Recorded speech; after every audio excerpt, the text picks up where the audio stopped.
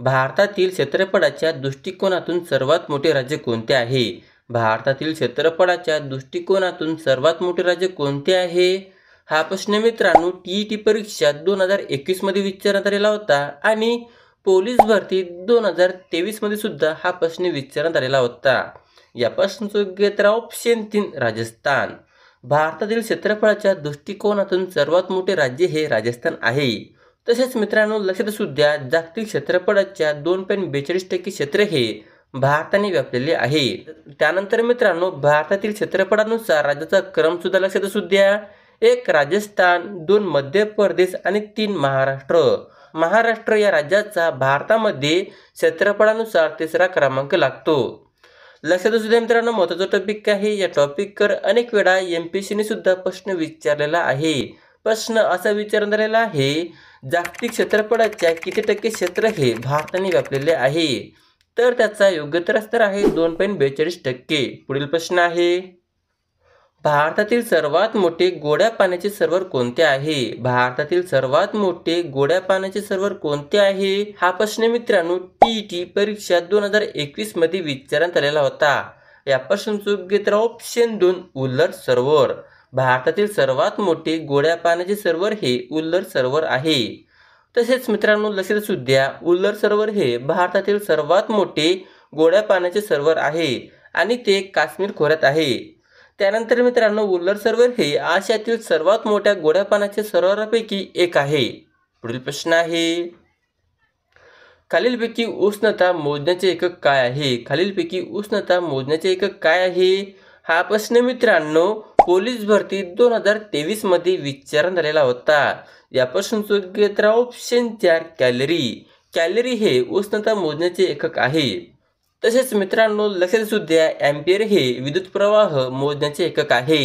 Watt हे शक्ती मोजण्याचे एकक आहे.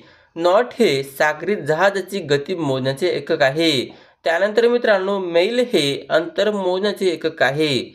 फदम हे समुद्रातील खोली मोजण्याचे एकक आहे. लक्षात असू द्या मित्रांनो महत्त्वाचा टॉपिक आहे. या टॉपिकवर अनेक वेळा स्पर्धा परीक्षेमध्ये प्रश्न विचारण्यात आलेला आहे.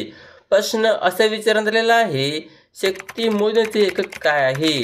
तर त्याचा योग्य उत्तर असणार आहे वॅट. पुढील प्रश्न आहे, खालीलपैकी अरवली पर्वतातील सर्वात उंच शिखर कोणते आहे? खालीलपैकी अरवली पर्वतातील सर्वात उंच शिखर कोणते आहे? हा प्रश्न मित्रांनो TET परीक्षा 2022 मध्ये विचारण्यात आलेला होता. या प्रश्नाचं योग्य उत्तर ऑप्शन 1 गुरु शिखर. गुरु शिखर हे अरवली पर्वतातील सर्वात उंच शिखर आहे. पुढील प्रश्न आहे, भूकंपाची तीव्रता मोजण्याचे एकक काय आहे? भूकंपाची तीव्रता मोजण्याचे एकक काय आहे? हा प्रश्न मित्रांनो TET परीक्षा 2021 मध्ये विचारण्यात आलेला होता. या प्रश्नाचं योग्य उत्तर ऑप्शन 2 रिश्टर. भूकंपाची तीव्रता मोजण्याचे एकक हे रिश्टर आहे. पुढील प्रश्न आहे, व्हॉइस ऑफ इंडिया हे नियतकालीन कोणी सुरू केले? व्हॉइस ऑफ इंडिया हे नियतकालीन कोणी सुरू केले? खाली दिलेल्या ऑप्शन तुम्ही पाहू शकता. या प्रश्नाचं योग्य उत्तर option 3 Dadabhai Naoroji. Voice of India हे नियतकालीन दादाभाई नौरोजी यांनी सुरू केले. पुढील प्रश्न आहे, सध्या भारताचे केंद्रीय कृषी मंत्री कोण आहेत? सध्या भारताचे केंद्रीय कृषी मंत्री कोण आहेत? हा प्रश्न मित्रांनो गडचिरोली पोलीस भरती 2024 मध्ये विचारण्यात आलेला होता. या प्रश्नाचं योग्य उत्तर ऑप्शन 3 शिवराज सिंग चौहान. सध्या भारताचे केंद्रीय कृषी मंत्री हे शिवराज सिंग चौहान हे होते. तसेच मित्रांनो लक्षात असू द्या, सध्या भारताचे राष्ट्रपती आहेत द्रौपदी मुर्मू आणि पंतप्रधान आहेत नरेंद्र मोदी. गृहमंत्री आहेत अमित शहा आणि रस्ते वाहतूक मंत्री आहेत नितीन गडकरी. त्यानंतर मित्रांनो रेल्वे मंत्री आहेत अश्विनी वैष्णव आणि अर्थमंत्री आहेत निर्मला सीतारामन. मित्रांनो लक्षात असू द्या, या टॉपिकवर पोलीस भरतीमध्ये अनेक वेळा प्रश्न विचारला गेलेला आहे.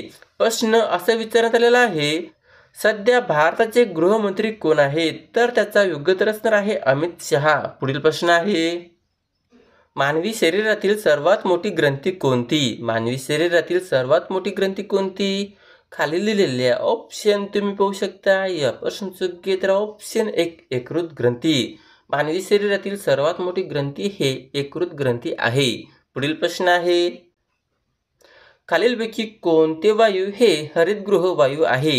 खालीलपैकी कोणते वायू हे हरितगृह वायू आहे? मित्रांनो, यापासून योग्य उत्तर ऑप्शन 1 CH4 आणि CO2. CH4 आणि CO2 हे वायू हरितगृह वायू आहे. पुढील प्रश्न आहे, महाराष्ट्रातील पहिले विद्यापीठ कोणते? महाराष्ट्रातील पहिले विद्यापीठ कोणते? यापासून योग्य उत्तर ऑप्शन 2 मुंबई विद्यापीठ. महाराष्ट्रातील पहिले विद्यापीठ हे मुंबई विद्यापीठ आहे. पुढील प्रश्न आहे, पण त्याआधी मित्रांनो, जर तुम्हाला माझा व्हिडिओ आवडला असेल तर नक्कीच व्हिडिओला लाईक आणि चॅनलला सबस्क्राईब करायला विसरू नका. पुढील प्रश्न आहे, खालीलपैकी कोणते शहर कृष्ण पंचगंगा नद्याच्या संगमावर आहे? खालीलपैकी कोणते शहर कृष्ण पंचगंगा नद्याच्या संगमावर आहे? हा प्रश्न मित्रांनो अनेक वेळा स्पर्धा परीक्षेमध्ये विचारण्यात आलेला आहे. खाली दिलेल्या ऑप्शन तुम्ही पाहू शकता. यापासून योग्य उत्तर ऑप्शन 2 नरसोबाची वाडी. नरसोबाची वाडी हे शहर कृष्ण आणि पंचगंगा नद्याच्या संगमावर आहे. पुढील प्रश्न आहे, तुरटी खालीलपैकी कोणत्या कारणासाठी वापरतात? तुरटी खालीलपैकी कोणत्या कारणासाठी वापरतात? यापासून योग्य उत्तर ऑप्शन 2 रक्तप्रवाह थांबवण्यासाठी. तुरटी हे रक्तप्रवाह थांबवण्यासाठी वापरले जातात. पुढील प्रश्न आहे, अभयारण्याची संख्या व क्षेत्रफळ सर्वात जास्त असलेले राज्य कोणते आहे? अभयारण्याची संख्या व क्षेत्रफळ सर्वात जास्त असलेले राज्य कोणते आहे? यापासून योग्य उत्तर ऑप्शन 2 महाराष्ट्र.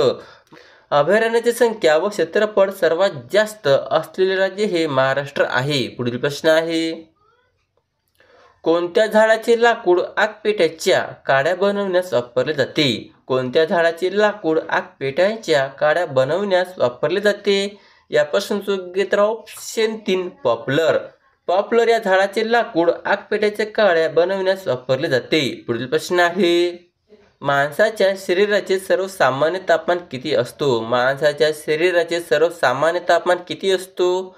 यापासून योग्य उत्तर ऑप्शन 3 37 अंश सेल्सिअस. माणसाच्या शरीराचे सर्वसामान्य तापमान हे 37 अंश सेल्सिअस असते. पुढील प्रश्न आहे, भारतातील पहिली जनगणना केव्हा झाली? भारतातील पहिली जनगणना केव्हा झाली? खाली दिलेल्या ऑप्शन तुम्ही पाहू शकता. यापासून योग्य उत्तर ऑप्शन 1 1872 साली.